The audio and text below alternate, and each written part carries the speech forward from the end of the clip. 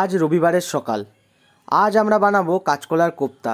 কাঁচকলার কোপ্তা বানানোর প্রথমেই দেখা যাচ্ছে কাঁচকলাগুলিকে কেটে ভালো করে জলে ধুয়ে নেওয়া হলো। ধুয়ে নেওয়ার পর প্রেসার কুকারের মধ্যে কাঁচকলাগুলিকে দিয়ে তাতে সামান্য পরিমাণে নুন, পরিমাণ মতো জল দিয়ে প্রেসার কুকারের ঢাকনাটিকে লাগিয়ে আমরা গ্যাসের উপর বসিয়ে দিলাম সেদ্ধ করার জন্য। আগের থেকেই যে আলুগুলো আমরা সেদ্ধ করে রেখেছিলাম, একের পর এক সেই আলুগুলোর ছালগুলো আমরা ছাড়িয়ে নিলাম। আলুগুলোর ছালটা ছাড়ানোর পর সেদ্ধ করে রাখা কাঁচকলাগুলোর ছালটাও আমরা ছাড়িয়ে নিলাম।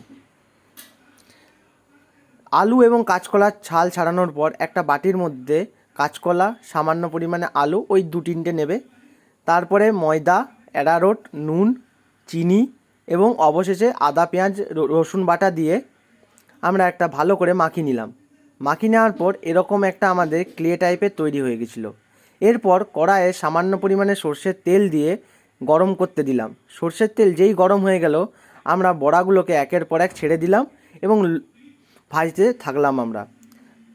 যেই বড়াগুলো আমাদের এরকম লাল লাল কালারের হয়ে যাবে, তখনই আমাদের বড়াগুলোকে তুলে নিতে হবে। এরপর কড়াইয়ে আবার তেলটাকে গরম করে তাতে কেটে রাখা কাঁচা পেঁয়াজগুলিকে ভাজতে দিয়ে দেওয়া হবে।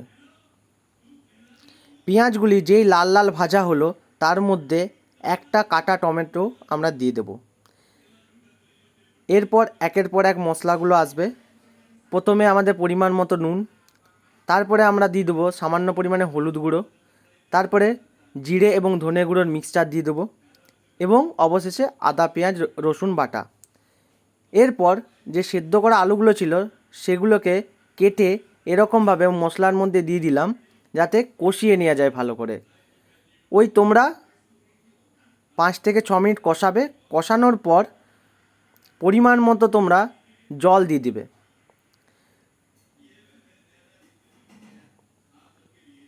জল দেওয়ার পর যেই ফুটতে শুরু করলো, অমনি আমাদের ভাজা বড়াগুলোকে এই কষা আলুর ঝোলের মধ্যে দিয়ে দেওয়া হলো। ব্যাস, আমাদের তৈরি হয়ে গেল আজকের কাঁচকলার কোপ্তা। দেখে তো বেশ লোভনীয় মনে হচ্ছে, আর খেতেও কিন্তু আমাদের কাঁচকলার কোপ্তাটা বেশ ভালো ছিল। তোমরা এই যে বড়াগুলো আছে সেগুলো এমনিও খেতে পারো বা এরকম তরকারি করেও খেতে পারো, তোমাদের যার যেমন ইচ্ছে। তো দুটোই ভালো লাগে খেতে।